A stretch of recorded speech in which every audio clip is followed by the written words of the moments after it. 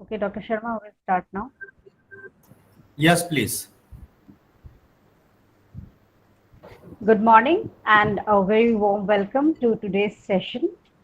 Today's session is on the topic innovation in healthcare sector. So, as you are aware, the National Center for Innovation in Distance Education has been organizing a series of such Facebook Live sessions on innovation and startups. The aim is to encourage our students who are listening in to be more innovative. So, in this series today, we have with us our eminent expert, Dr. Ruchika Kuba. Professor Ruchika Kuba is a professor of health sciences in the School of Health Sciences at IGNOU. She has uh, done her MBBS from Lady Hardinge Medical College and her MD in Preventive and Social Medicine from Lady Hardinge Medical College. Professor Kuba is a very senior expert faculty in the School of Health Sciences, and she has been involved in designing and developing many innovative programs for the discipline of health sciences. Professor Kuba is not only an educationist, but she is a very passionate innovator as well. And I hope that our students today would be highly benefited from interaction with her. I would urge our students to listen in very carefully and do write your comments or your questions in the chat box of our Facebook Live or the YouTube that is being provided to you. So I welcome Professor Kuba to today's session. Welcome, Professor Kuba. And I also welcome our other eminent persons who are here today. We have with us Dr. Om Prakash Sharma, who is the director of NCIDE at IGNOU. Before I invite Professor Kuba for today's talk, I would like to invite Dr. Sharma to say a few words, please. Dr. Sharma. Thank you, Dr. Mamita Das, and good morning to all of you. I also welcome Professor Ruchika Kuba and thank her for sparing time to talk to our students on a very important topic, innovations in healthcare, which is very relevant in the present context. We all have done different kind of innovations in this field, keeping in view our day-to-day requirement. But particularly if we talk about the experts, they have also thought of many innovative things, being at distance, how to take care of the students, how to take care of the people, how to take care of their patients in an innovative way without physically coming in their contact, providing all kind of support. Maybe it is in the form of developing innovative products, like you might all have seen the ventilator was a great problem during this pandemic, and in the sector of healthcare, very low cost and innovative ventilators have been created, developed. Similarly, the problem of mask was there, and these healthcare workers and the manufacturers, they have come up with a variety of very effective and useful masks also. And you all know that PPE kit problem, how much it was there in the beginning of 2020 when this pandemic started. But because of the efforts of the people in the field and the expert in the area, they are able to develop a variety of innovative uh, PPE kits. Now India is in a very good situation to send it to other countries also. So that way, number of innovations are happening in the field of health and wellness, and there is a lot of scope also. And what I think the innovation in this field is not only depending on the people who are in the field of this healthcare sector or paramedical. In fact, the people like we and you are also doing a variety of innovations, and there is a lot of scope. So I hope in today's talk, Professor Cuba will give some clues, some ideas, what all type of innovations are possible by any one of us, including our students, that can help the entire fraternity, entire community, people of the country, and also the world.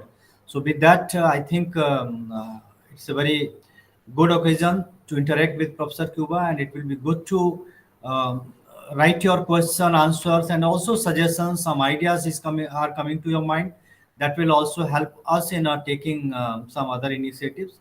So with that, thank you very much to all of you. And I don't want to take much time in between Professor Kuba and the participants. So Dr. Momita, now it is over to you. Thank you very much to all of you. Thank you. Thank you very much, Dr. Sharma. Now I invite Professor Kuba to please take his session. Professor Kuba. A very good morning to everybody, and thank you very much, Dr. Momita, for nice introduction for me. I would like to also thank Dr. O.P. Sharma and his team for inviting me, for sharing my thoughts on this very, very important topic, and also for giving a brief outline or a base for what we will be discussing today. So I will just share my PPT with you, and then we can start the discussions. So, Dr. Momita, let me know when the PPT is available, is visible. Sure. Yeah. So, can you see the PPT? Yes. Yes, okay. it is visible. Yeah. Okay. So, as Dr. Sharma has already said, what are the various innovations that have taken place, and especially more so because of COVID. So, one thing is very certain, not just for the medical field or the health sector field, but for all fields, that necessity is the mother of inventions. And necessity is also the mother of innovations. That is why we saw mushrooming of so many innovations in this 1.5 years. So let us see now how, if we want to go in for innovations in the health sector, how we can structurally, or what are the various ways, what are the various fields in which we can do innovations. So I will first basically discuss with you regarding how and where the innovations can be useful. And then I will give you various examples of the areas in which innovations have been taking place in the past few years. So you all know that what is innovation? Innovation is basically new, better, and more effective ways of solving problems. Now, let us come specifically to the health sector. Why do we really need innovation in a health sector? We need innovation in health sector because it can improve efficiency, affordability, which is very important in especially the developing countries where people cannot afford healthcare, utility, safety. Many drugs, many procedures, many techniques are not that safe, but they have to be carried out to save the persons. But if we can bring out, some innovative procedures or medicines which are more safe, they are always welcome and more useful. And then effectiveness. So we are all talking about vaccines of COVID. How effective are they? How long will they be protective? So are we really satisfied with all the vaccines that we have, or do we want to really go in for more research, for more innovation to find out vaccines which will be more effective? And then sustainability. Any innovation that we are trying to build in or come out with should be sustainable over a period of time, so that not only our generation but the other generations other than us are also benefited and can make use of these innovations. Now, what all innovation includes if we talk about the health sector? So we can have innovations in the health policy, in the practices, how we practice medicine, the various systems that are involved, the products, which could be medicines, which could be certain equipments, instruments, diagnostics, and the technologies that we can use for innovation, the services that we offer, the delivery methods, and above all, patient satisfaction, because our whole process of innovation or in healthcare is geared towards satisfaction of patient, may it be financially, may it be by method of curing them, preventing problems and health diseases. So it is all geared towards patient satisfaction. So the ultimate goal, as I was telling, is the ability to meet public and personal healthcare needs and demands by optimizing performance of the health system. Now, I will talk about few of the innovations that have taken place in the health sector. My presentation is not going to talk about all the innovations that have been done till now, because that is not possible in a 45-minute lecture. But whatever are the newer innovations and whatever are the innovations in which we all hear these terminologies, but we are not very familiar about what they actually mean, and we get confused between these terminologies. So these are the innovations that I'm going to talk about. And I will like to show you a very small clipping of videos about these terminologies, so that we have a break in the monotony of what I'm going to talk, and also give you a broader picture of what I'm going to talk about. So another thing I would like to place on record here, that whatever are the videos that are being placed, whatever innovations are being shown here, or examples of innovations that I'm going to be presenting here, are just for the sake of discussion as an example. I am not propagating any kind of an innovation, not propagating any system, any product or any company. So please note that it is only for the sake of discussion and for making you oriented towards the various types that you can think of. So let us talk about artificial intelligence. Let us see this short video on artificial intelligence. Number 2, the advent of AI in healthcare.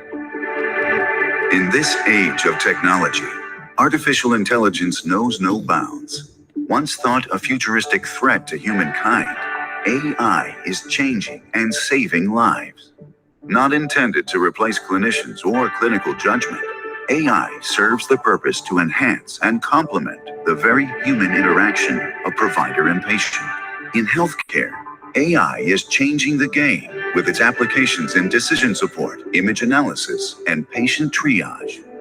With their ability to reduce variation and duplicate testing, decision support systems quickly decipher large amounts of data within the electronic medical record.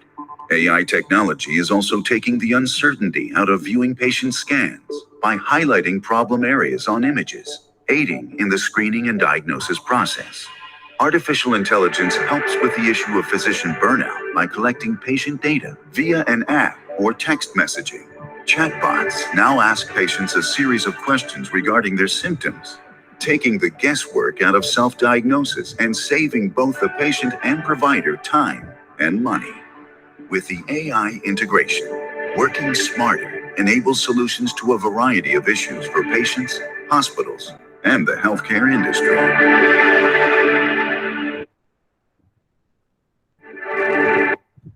So we saw this small clipping on artificial intelligence. So what is basically artificial intelligence? Artificial intelligence uses machine learning algorithms and software to mimic human cognition, that is human thinking, in the analysis, presentation, and comprehension of complex medical and healthcare data.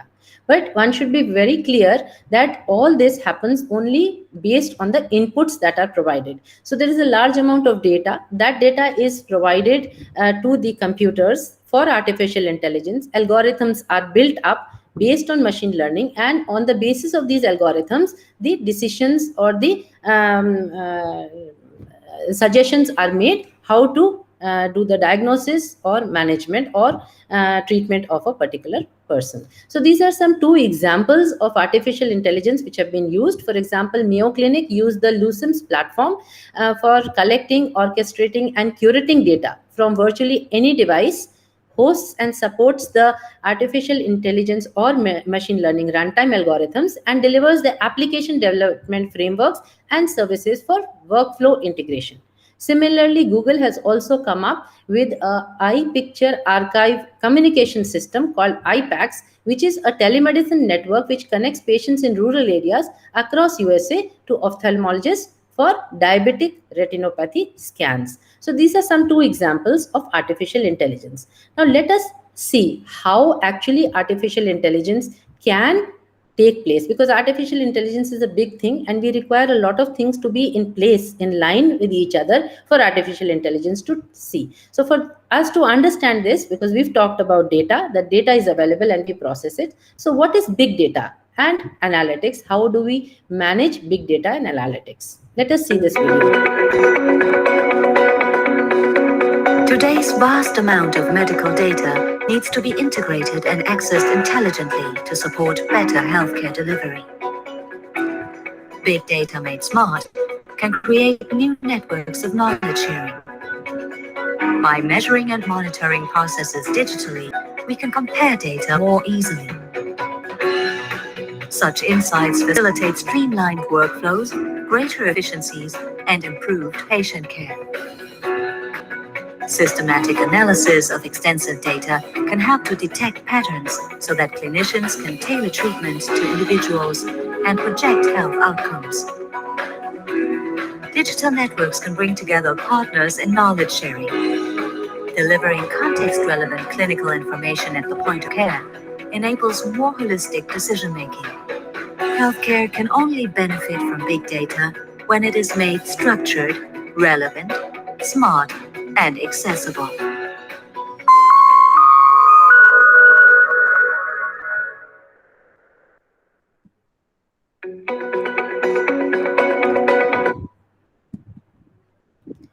So you saw this video on big data. So what does it tell us? It tells us basically that there's a lot of data available for analysis. For example, there is a data whenever we go in the hospital, everything is digitalized. Our tests are digitalized. Our information is digitalized. Even our diagnosis and all is placed on the web. So basically, the big data is required to be structured. It needs to be formatted in such a manner so that it can be integrated and it can be used for artificial intelligence. So big data provides tools and solutions to analyze the unstructured data and the huge volumes of medical data that is present for improving the quality of the healthcare institutions, and also at the individual level, that is the patient level. The patient-based services can be improved to detect diseases earlier and generate new insights into the disease mechanisms and better treatment methods. So these are two examples of the big data analytics which have been used. For example, an Israeli startup Inventis. It provides the products and services for discovering drugs like rheumatoid arthritis and plans to extend its platform to other inflammatory conditions like asthma, multiple sclerosis, and colitis. These are all diseases, chronic diseases, and so it can use a lot of big data from so many patients and provide solutions for the diagnostic, monitoring, and therapeutic decisions. Similarly, we have MediChain, which is a British startup which enables securing the medical data exchange using blockchain technology to store health records. So we will be talking about what is blockchain in our subsequent video. So let us see this video to understand what we mean by blockchain and how this is important for data analytics and also for artificial intelligence. Healthcare data. It can be created, copied, and modified faster than ever before. And if data is the fuel behind more efficient care, blockchain may be the vehicle to get us there. Today, the healthcare system is losing about $300 billion each year in poor data integration. In its purest form, blockchain would offer healthcare a safe and secure system to share data more efficiently. The potential is great. But what is blockchain? An intricate system used to package data in a way that you can trust. It can only be modified by certain users. Once data is created, it's broadcast and verified on a peer-to-peer network. And then a block of information is formed. Only people with the correct key can access and change it. And every time the data is modified, a new data block is verified and added to the chain. If someone tries to tamper with a transaction or block in the chain, permissioned members and validation tools work together to confirm or reject the new data. This process ensures the blockchain remains a safe, secure, and trusted source. For healthcare, the blockchain can optimize real data through vast connectivity, providing a new way of sharing, analyzing, and verifying information. This could lead to accelerated R&D and more coordinated care for hospital systems. For patients and providers, it could mean having the information they need when they need it most. At Medtronic, we believe blockchain can play an important role in the future of healthcare. Learn more at medtronic.com/blockchain. Yeah, so we talked about blockchain. Now, you must have understood that blockchain is basically used to secure any patient data because it is a confidential data. We don't want to share our data with everybody and anybody. So it also allows for easy transferring while at the same time keeping it secure. For example, if there is my data, I have shown to a medical general practitioner and I want to send it to the specialist. So this data can be accessed by the specialist, or maybe if I have shown to a physician and it has to be transferred to a surgeon, then again the data can be shared. And as we talked about that, it can be accessed through various methodologies by only the people whom we want to share it with. Using blockchain, the smart contracts can be created on a private ledger. Only a patient or the healthcare professional is qualified to see such data can cryptographically sign to access the data they need. For instance, patient records such as EHRs are celebrated for convenience of sending back and forth, updated and expanding upon by the professionals. However, if intercepted, this data can eliminate sensitive data and financial information which can be used against the patient. So that's very important. Now let us come to an entirely different thing, and that is augmented reality. Augmented reality, you may be knowing, that is being used in most of the fields or almost all the fields. How can augmented reality be used in medicine or in healthcare? Let us see this through this short video. Explaining augmented reality in 1 minute. This is Bertalan Meshko, and you're watching the channel of the Medical Teachers. Augmented reality is a technology that senses the physical world through specific lenses or devices and projects additional information onto the existing environment. There is a huge difference between AR and virtual reality, although the two are often mixed up. VR shuts out everything completely and provides an entire simulation, while AR lets us see the real world too. AR can bring significant, even life-saving information into physicians' field of vision. If there is a complicated operation, there isn't much time for checking whether the patient has a certain type of allergy. So, the physician could see the relevant data on their AR screen in seconds. The location of the veins for nurses while taking blood could be projected on the skin to reduce the number of mistakes. Or radiology images could be projected onto the organs during operations to help surgeons do their job even better. Simply put, AR has great potentials in healthcare. Thank you. So, what is augmented reality? Basically, it is training by performing procedures on a 3D portrait of human body, and operating on the virtual patients can cause low risk of failing. So it can demonstrate also to a patient, not just to a surgeon or to a physician. If they want to, for example, they showed how a vein, if that has to be accessed.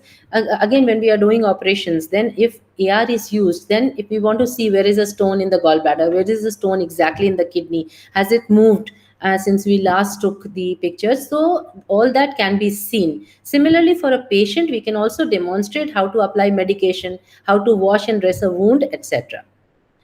Now, coming to Internet of Medical Things. You all know about Internet of Things, but there is, when it is used for healthcare, then we call it Internet of Medical Things. Let us see what Internet of Medical Thing means.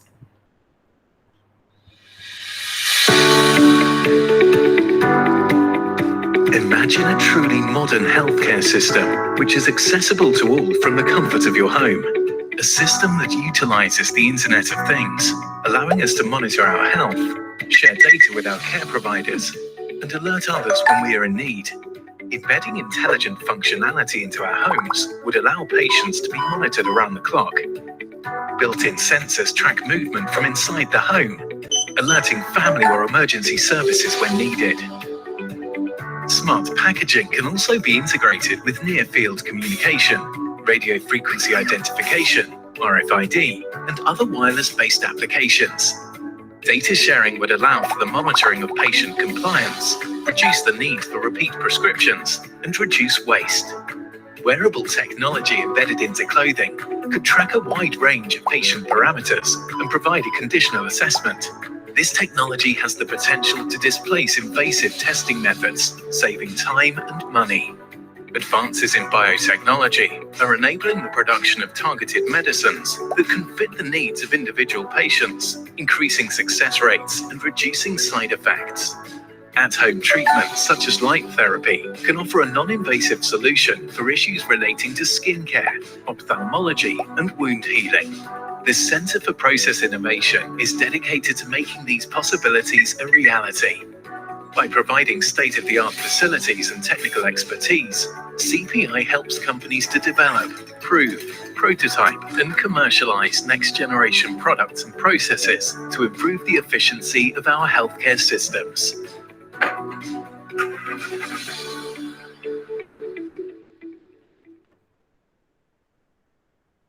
Okay, so this was Internet of Medical Things.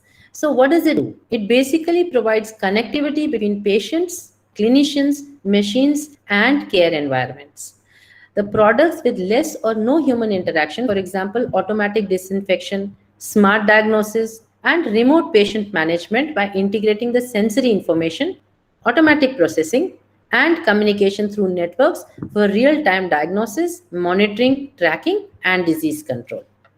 So these are some of the two examples that have been using Internet of Medical Things. One is, for example, a German startup called Uventions. It detects the presence of people in a room or a door handle usage and automatically disinfects using the ultraviolet light radiation and reports in real time through a dashboard. You can see how useful this is, especially in cases, for example, COVID, in cases where there is high infectious diseases. So this can automatically take place, and we don't need to really worry that, we are going into an environment which is not safe. Second, we have Tredemo. This is a US-based startup, and it is developing a portable IOMT device for dose monitoring. Each new dose, disposable sharps, internal and ambient temperatures, battery level, and performance diagnostics can be made useful with the help of this startup. Now there is another thing which is called immersive technology. That is, this immersive technology basically integrates your AR, VR, and MR. AR is basically augmented reality, VR is virtual reality, and MR is mixed reality. So you have, when you saw the video on augmented reality, there was a difference which was shown between augmented reality and virtual reality. So let us see how immersive technology works.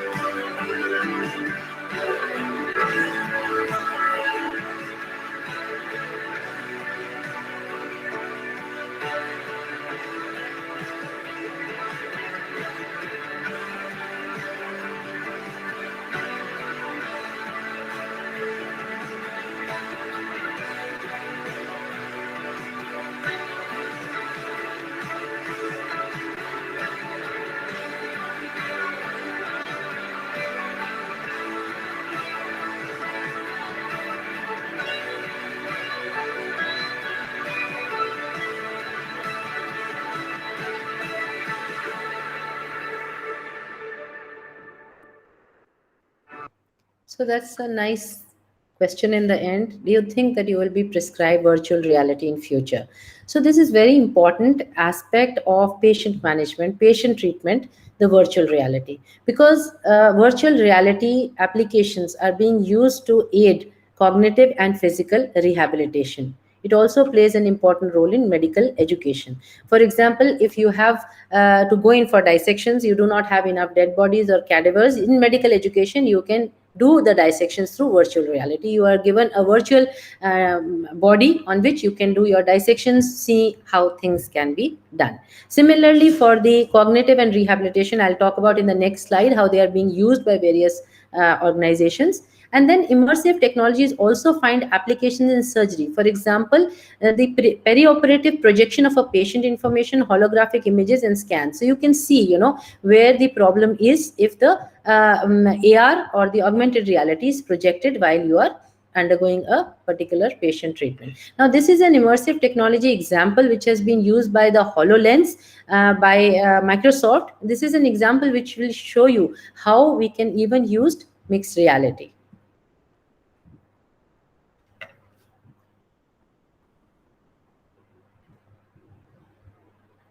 So it will just come out. This is a heavy slide video. Yeah.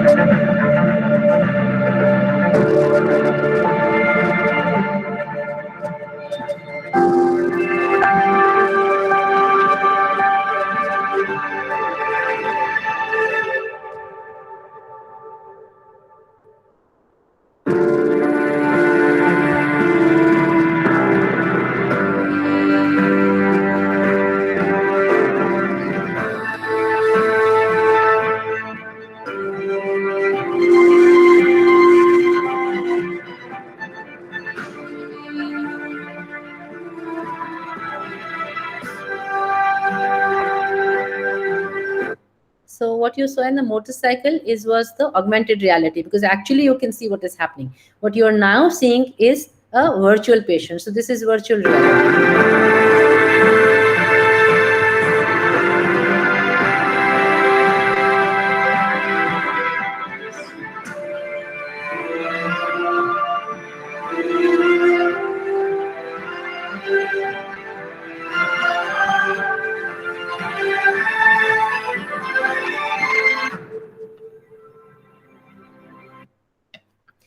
So these are some two examples where immersion technology has been used. For example, Versano, which is a US startup, it developed a brain-computer interface which induces a psychophysiological state that puts the patient in a virtual state and improves the long-term patient outcomes while lowering their healthcare costs.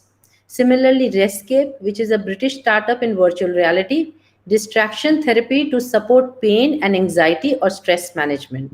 So the cystic fibrosis patients, since patients having cystic fibrosis have a lot of pain, which is a very difficult to treat, unbearable pain. So they are made to view therapeutic documentaries, and they travel among the planets in the solar system or experience surfing. And so this is a kind of a patient management or a treatment in which we can help in relieving the pains. Now you're very familiar, I think, with mobile health. All of you may may have taken one or more applications or apps for mobile health. So let us now understand what exactly is mobile health.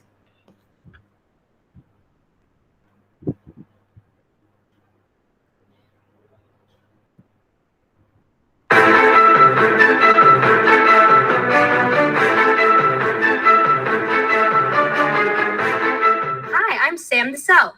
Phone, that is. But I do other things like hosting videos. So I've been thinking about our relationship. You know, between you humans and us phones? I mean, think about this. As the world population gets older, more and more people are developing chronic diseases like high blood pressure and diabetes, many often needing daily medications. Now, how many of you forget to take your medicine as you're told to? For people with certain illnesses, forgetting their drugs can be life-threatening.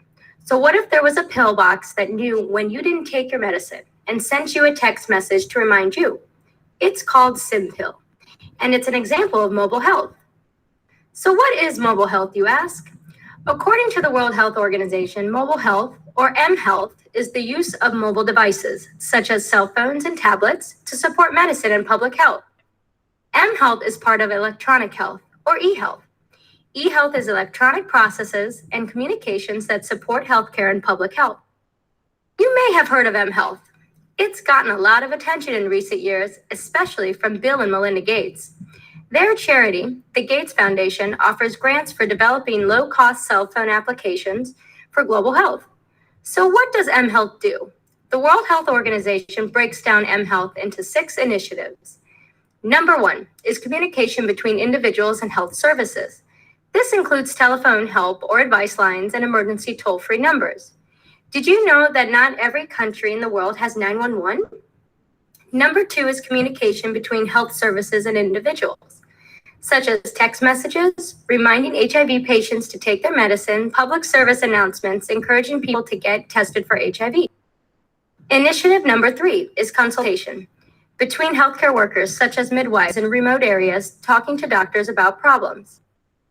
Number 4 is communication between agencies using cell phones to respond to and manage public health emergencies.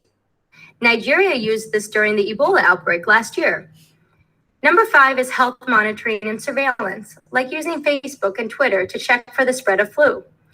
And lastly, number 6 is access to information for healthcare professionals. This includes the use of electronic patient records. So you're probably thinking you would need to go out and buy the latest smartphone, right? Well, we are pretty great. Just the other day, I found out that my brother's girlfriend's husband is working with the Gates Foundation in a vaccination registry. She is used to scan fingerprints to keep track of who has been immunized. She's helping to lower the number of redundant shots given and to increase the number of people vaccinated. Pretty cool, right? I thought so. But our parents' and grandparents' generations are doing some great things too. And that's why we're going to talk to my grandma, Angie. That's right. We're being used as low-cost existing technology to improve health outcomes in low-resource areas. So come with me to our next video and see great ways mHealth. So that was about mobile health. something which you are more familiar with than the other things we are talking about. So it provides access to personalized information using digital solutions and connected devices. It is unconstrained by geographical boundaries, and it can use real-time data streams, smartphone-linked wearable sensors, point-of-need diagnostic devices, and medical-grade imaging.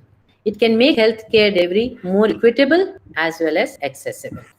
So as you all know, you're aware that it played a very important role in controlling the spread of COVID-19 by enabling the contact tracing, surveillance, quarantine management, testing, and dissemination of information, including immunization, cycle tracking, and notification. You're all aware about the apps, the Arogya Setu app and other apps. A blog of the University of Illinois on 21st October 2020 reported more than 97,000 health and fitness applications that are currently available for the mobile and tablet devices. More than 87% of the US smartphone owners have used health and fitness apps this year, a 27% increase from 2019. And it is expected that the mobile health apps market will exceed by 111 billion by 2025. So we don't have a data on Indian figures, but you can see from US figures that we are not going to be very far behind, seeing the magnitude of our population. Now coming to another concept, and that is remote care. This is again something that you people have now experienced, especially with the video conferencing consultations, online consultations during the COVID. Let us just briefly see this for a minute.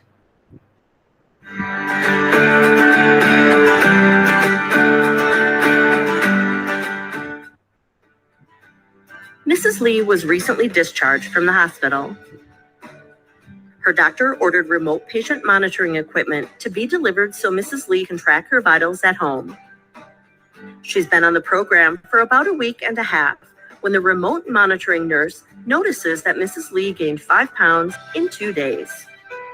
She calls Mrs. Lee to ask about this weight gain and finds that Mrs. Lee has questions regarding the dosage of her prescribed diuretic medication. The nurse explains Mrs. Lee's medications and diet protocol. With her new understanding, Mrs. Lee's weight quickly returns to an acceptable range. Mrs. Lee's participation in the remote monitoring program has assisted her in avoiding a clinic visit and potential ED visit. Remote patient monitoring provides monitoring and support at home to help patients reach their healthcare goals. This is a very important concept, especially for those patients who are unable to come to the healthcare because of inertia, because of finances, because of nobody to be able to take them, especially if we talk about, elderly. So this is a very important concept for remote care. Second, by doing remote care, we are also reducing, the non-critical or non-emergency patients to come to the hospital, and thus reduce the patient load in the hospitals. So this is a very important concept which has been made possible because of technology. So a Turkish startup, that is Siba, that provides a tele-ICU platform. The platform offers a fully customizable proprietary dashboard, providing a snapshot of all the ICU patients and beds to relay time-critical information demonstrating their need for care. You have also seen this happening in many countries during the COVID time. The platform provides the AI-based predictive alerts for sepsis, mortality, length of stay, early warning patient deterioration, acuity level snoring, automated doctor progress notes, and nurse notes. However, the solution is easy to integrate with any electronic health record platform. And again, we have another Estonian startup, that is the Vivo Health, which offers a fully working end-to-end healthcare platform that bridges insurance and healthcare. The startup provides an online doctor consultation platform for clinics. So this you have always been using, so I will not go into much details about this. This is another new concept which has come up, and that is retail clinics. That is walk-in clinics, which is found in retail stores, supermarkets, and pharmacies. They can provide convenient and quality care to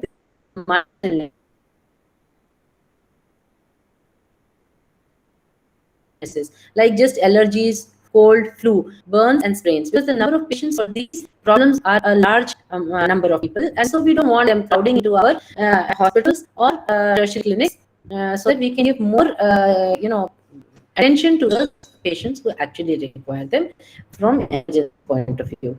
They can reach more people and also minimize the trips to urgent care centers. Now we come to precision medicine. What is precision medicine? This is something which is probably was having customized medicine earlier also, but how is it different from the earlier precision medicines? Let's just see this small video. Okay, so the video is probably not running in this. Yeah, it's coming.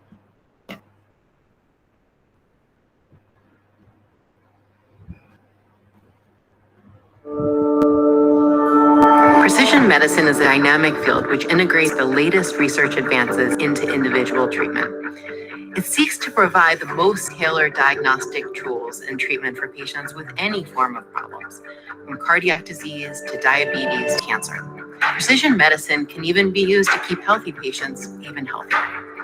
It includes medications themselves, including targeted therapy against mutations found in certain cancers, gene therapy, and immunotherapy. Precision medicine drills down to know as much about the patient as possible, from understanding the genome, considering metabolomics, proteomics, and the microbiome, and even pharmacogenomics. Precision medicine even looks inside a patient's social media home to see if we can allow for even earlier detection of disease and who would respond to one treatment versus another. The charge of the field of precision medicine is to integrate this information clinically as well as in research, using novel clinical trials such as Basket, Umbrella, N of One, Adaptive, and other innovative trials to reach the patient as soon as possible. And in today's age, we're not just thinking about each patient, but the value of precision medicine to society at large. At the Penn Center for Precision Medicine. So what is precision medicine? Basically, it provides the disease treatment and the preventive measures for any disease based on an individual's environment, lifestyle, and genetic makeup. So basically, we are customizing prevention and treatment to the patient because every individual is different. What is his lifestyle, where he is staying, what all he is getting in contact with from the environment, and also his genetic makeup. Now we come to 3D printing. This is another thing which is very fascinating, especially for all fields. How can 3D printing be used in medicine? So 3D printing is very important in medicine, and it is just in the baby steps we are taking for doing a lot of things. Of course, burn victims we are providing, but going into more complex things will take some time. So custom made designs and precise design of the various replacements and all, like the hip joint replacements, can be made. We can also make a 2D X-ray or a CT scan into a 3D model to understand the perspective better. So we saw so many types of inventions and innovations. Now, what are the factors which affect the innovation? That how well it will be taken up, how well it will be delivered, and what is going to be the satisfaction level. So we have a lot of players who are there, who are going to innovate. We have doctors, we have technology providers, and we also have insurance companies. Now, for funding, the money which is required for funding or for the product or the service needs to be taken into consideration, because any innovation is not going to come cheap. The policy may or hinder innovation depending upon how useful it will be from individual point of view, from community point of view, and from nation or global point of view. The e-technology, evaluating the right time to adopt or invest in technology, is equally important. And there can be various interest groups or lobby groups that are formed for either hindering or for encouraging a particular kind of innovation. Above all, it should be cost effective and it should have a long-term safety. Only then we can consider that the innovation can be accountable. So a success of an innovation in the healthcare will depend upon three major factors. Is it customer focused? That is it more convenient to the patient? Is it more effective? And is it less expensive? From the technology point of view, is it able to provide better treatment? Is it less costly? Is it less disruptive and painful? For example, the implanted sensors can help monitor diseases more effectively. And IT innovations that connect many islands of information in health systems can improve quality as well as lower costs. And then how effective it is from the business point of view. So can we integrate healthcare activities? Can we increase efficiency, improve care, and save the customer's time? Integration can be vertical, for example, treatment of a chronic disease under one roof. So there are a lot of people who can be involved in the treatment of one disease. It could be a disease which involves joints, involves eyes, involves the other systems, kidneys. So how the various people can be involved in the treatment, for example, using artificial intelligence, using AR. Again, we have horizontal integration, that is generating economics of scale by rolling number of independent players inside a single organization. So this was all about innovation in the healthcare. Now, I think I would also like to tell you that we have the National Center for Innovation in Distance Education in IGNOU. And so we are having a lot of incubations and a lot of innovations which are being presented, which are being awarded, which are being recognized, and also a lot of awards are given, and so that these innovations can be actually provided a platform where the students can use these innovative ideas for bringing out the products or the services, or maybe some policies. So we have got identifying the student innovation, we have organizing idea competitions, offering idea to startup schemes. There is a creation of Nivridiri, that is the virtual resource and incubator. We also have the IGNOU Udyam portal and mentoring, supporting and guiding the students to innovate and generate new ideas and convert them into prototypes through workshops and training programs. So Dr. Momita, I will request you to share in the chat box the various links also that they can access. I will be talking about the links, but in the meantime, the students will be able to copy paste. So the Ministry of Education has established the MHRD's Innovation Cell to systematically foster the culture of innovation within all the higher education institutes. And so the IGNOU's international cell was established on October 15, 2018, with the aim to build and streamline innovation and startup ecosystem at the institutional level. So these are some of the links that I think Dr. Momita has also shared in the chat box. So if you have an idea, you can connect with your team through NCID, which is the National Center for Innovation in Distance Education, through NCID's virtual resource and incubator for entrepreneurship, training, and innovation. You can visit it through this link, and you can also check the idea to startup scheme of the IGNOU through the provided link. Both these links have been shared with you. Also, if you have a prototype, you can apply for the Student Innovation Award held every year. And so you must be but a student at the time when you are applying for the award. If you are a bachelor student, you get 3 years to apply. If you're a certificate student and you have not completed your program, then you can apply it within, I think Dr. Sharma or Dr. Momita can explain this better, that if we have a student who is of a certificate program, his maximum duration of completion of this certificate is 2 years. So can he apply within those 2 years, or if he clears his program within 6 months, he cannot apply after he has already been given his degree? This is one thing maybe Dr. Momita or Dr. Sharma will be able to explain better. Now, if you are a budding entrepreneur or have established your own enterprise, you can visit the IGNOU Udyam portal.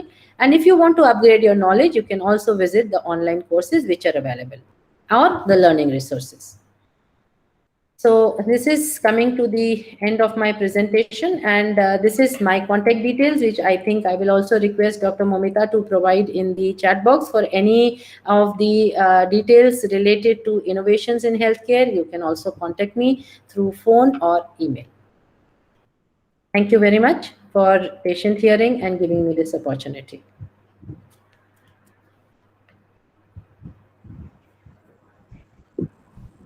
Thank you, Professor Kuba, for that extremely wonderful session. You have presented a bouquet of new and emerging technologies, cutting-edge technologies that are used in the healthcare sector today. And I'm sure, the students will be highly motivated to pursue this line of thought of, carrying out innovations using these various technologies, along with the disciplines they are themselves there in the healthcare sector. Indeed, it is these technologies that are available to us. It gives us that option that any student from any other background, other than the healthcare sector, can also join in this innovative endeavor. So I'm sure the students will pursue this line of thoughts. And I thank you very much for this talk. Professor Kuba, we have a couple of questions from students. Mr. Ravinder Bajaj, he has asked two questions. The first question is, will artificial intelligence lead to job loss of radiologists? And the second question is, can we expect some breakthrough in origin of cancer and mental disorders? Professor Kuva, would you like to answer those questions? Okay, so yes, this is a concern among a lot of people in the health sector, that whether, it's not just the radiologist, but the other clinicians and all also, that whether jobs will be lost. I don't think exactly we can say jobs will be lost, but then the nature of our job will probably change, because as I said, that artificial intelligence is going to be used, only when we provide the input data. So if the input data is not there, we will not be able to do anything. So probably, preparing the algorithms, how the data will be navigated, and what output has to be achieved, we will require, the inputs of radiologists. Even if we talk about, algorithms for any system of medicine, it is the doctors, it is the physicians who actually have to build up the algorithms. The computer scientists, it cannot build up the algorithms. So I think that question gets answered. And what was the second question, Dr. Momita?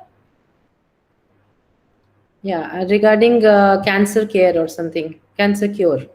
Yes, the second question is, can we expect some breakthrough in origin of cancer and mental disorders? Yeah, so cancer and mental disorders are a little bit different, because cancer basically is at a molecular level, and it is its methodology of development of cancer is entirely different. So of course, when we use artificial intelligence, especially when we use the data analysis and the block data, so we have got a large amount of data from large number of patients. And when we also see through machine learning how we can integrate and how the data is behaving, how a particular disease is behaving, let it be cancer, let it be any other disease, so then we can see what could be the possible the reasons for cancer. So till now, after so many years also, we are really struggling of how to find a cure. But maybe in future, because of using these technologies of artificial intelligence and using the machine learning tools, how to actually analyze what is happening in everybody's body, what are the variations, probably I am hopeful that we will be able to find a cure to cancer. As far as the mental health disorders are concerned, we are more bothered about how to manage them. And of course, there can be certain mental health disorders are again a complex of genetic makeup, environment, and of course to some extent lifestyle, not so much, but yes, to some extent. So this will be more, we will have to more bother about the precision medicine, because at present what we are doing for most of the diseases, we have got a regime which is a standard regime, which we deliver it to anybody. So if we label a patient as a psychotic patient, then we have a particular, especially as far as medicine is concerned, even behavioral therapy, there are a range of behavioral therapies, but then there is one or the other that we follow. And similarly for the medicines, there is a protocol which we need to follow. But if we apply precision medicine, and if we go into the depth of how a patient actually is having what is his gene, how much of the disease is being contributed by his genes, and how much is, because that is something which is not modifiable, because already he's got the genetic makeup. But the environment and the lifestyle is something which is a modifiable risk factor. Those are the things which we can modify, and they cannot be one answer fitting into everybody's problem. So that is sometimes which we can customize. So yes, if we use precision medicine, then I think we can go a long way. And of course, when we bring in VR and MR, that is virtual reality, as we saw, we can relieve pain. We can also do certain psychophysiological analysis and treatment, which will probably get some relief to the patients. Any other question, Dr. Momita? Yeah, I think you are mute, Dr. Momita. There are no more questions. I think there are no more questions at the moment. And Mr. Ravindra Bajaj says, thanks very much, Dr. Ruchika ma'am. It has been a wonderful session. So now I would request our listeners here our participants, would they like to comment or give some observations on today's presentation? I would like to invite their views.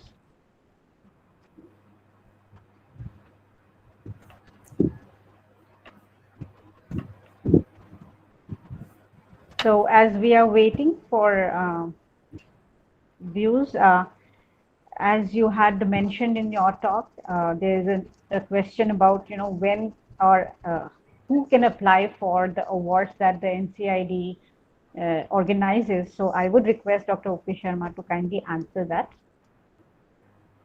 The question is, what the student who is pursuing a certificate or a pass out, would he or she be able to take part in the for what competition duration? organized? For what duration can the student apply for the award? Yeah. Thank you, Dr. Momita, and thank you very much, Professor Ruchika Cuba, for such a wonderful presentation on innovation in health sector. In fact, you have taken so many examples which are innovation in itself, and then you have given lots of ideas where our students and other participants, they can think of doing some innovative thing. And as you mentioned, the Indira Gandhi National Open University has been promoting the innovation among our students also. For that purpose, the scheme of Students Innovation Award was instituted in 2018. And since then, every year we are giving these awards to the best 3-4 students, 3-4 innovators of the university. But the basic requirement of that is the students should be student at that time. At the time of applying for the Student Innovation Award, he or she should be the bona fide student of IGNOU. Maybe like last date is 30th September for this year's Student Innovation Award. And if a student is, his candidatureship is valid up to 30th September, then he or she can apply for that. And even after that, they pass out their course in maybe just after 30th September, then doesn't matter. But before the last date, they are student of IGNOU. They can submit their innovation for this Student Innovation Award. Yes, those who have already passed out, they are not allowed for this Student Innovation Award. We are thinking for some other scheme for such alumni. Like recently, we have instituted another very important challenge, that is a IGNOU specific innovative app development challenge 2021. That is aiming at developing innovative app for the problems or the need at the IGNOU Indira Gandhi National Open University. In that case, we have invited our alumni also, those who have passed out, maybe any alumni is eligible for that. So, but for the Student Innovation Award, only the existing student till the date of last date is there, is eligible. So that is, I think, clear. And any student who is watching our program has done any innovative thing, may not be full-fledged product, but prototype also, they can apply in any sector. Sectors are given in the advertisement, and the details are available on IGNOU website under the Student Innovation Award scheme. They can submit their detailed application form as per the performa given to them by 30th September. And then it's a very good opportunity for them to showcase their innovative mindset at the national level. I would like to share here that some of our students who have been awarded with this Student Innovation Award in past, they have competed at the national level competitions in the country organized by the Ministry of Education. So that is the level of the innovation done by the IGNOU students. So I invite all our students to come forward and apply for the Student Innovation Award. And Professor Ruchika Cuba, I think the number of ideas you have given, and the students who are belonging to your school, particularly in the healthcare sector, they might have done several innovations You can also personally request them to come forward and submit their innovation. Last time, one of our students was from your school. It's, I think, last time. It was Dr. Anmesh Mohan. He is a student of IGNOU, and he has developed some very innovative device, and that is being used by many people. So doctors are also coming forward with innovations, and in fact, they have been doing innovations in their day-to-day life. But only the thing is, sometimes they miss that it is innovation. They use it so frequently that it becomes very common thing for them. But whatever new thing you have done some value addition to any existing product or service or process that can be submitted as a student innovation award. And a lot of ideas you have given today. Still there is time.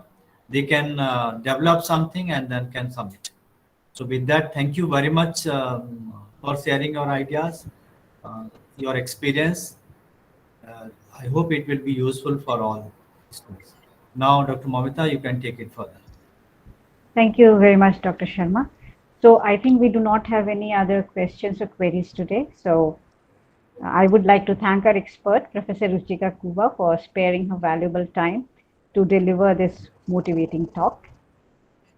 I thank all the directors, heads, and regional centers, faculty members, and academics of IGNOU for attending today's session. I thank Mr. Rajesh Sharma, head of the Public Information Unit, for providing NCID with the Facebook Live platform and ensuring the smooth conduct of this session with utmost dedication. I thank Dr. Upi Sharma and my colleagues, Dr. Jyotsna Dikshit and Dr. Sujata Santosh, for their untiring support. I thank Mr. Pawan Kumar for extending his assistance in the smooth conduct of this program. So this brings us to the end of today's session. I hope to see you next week. Till then, namaste.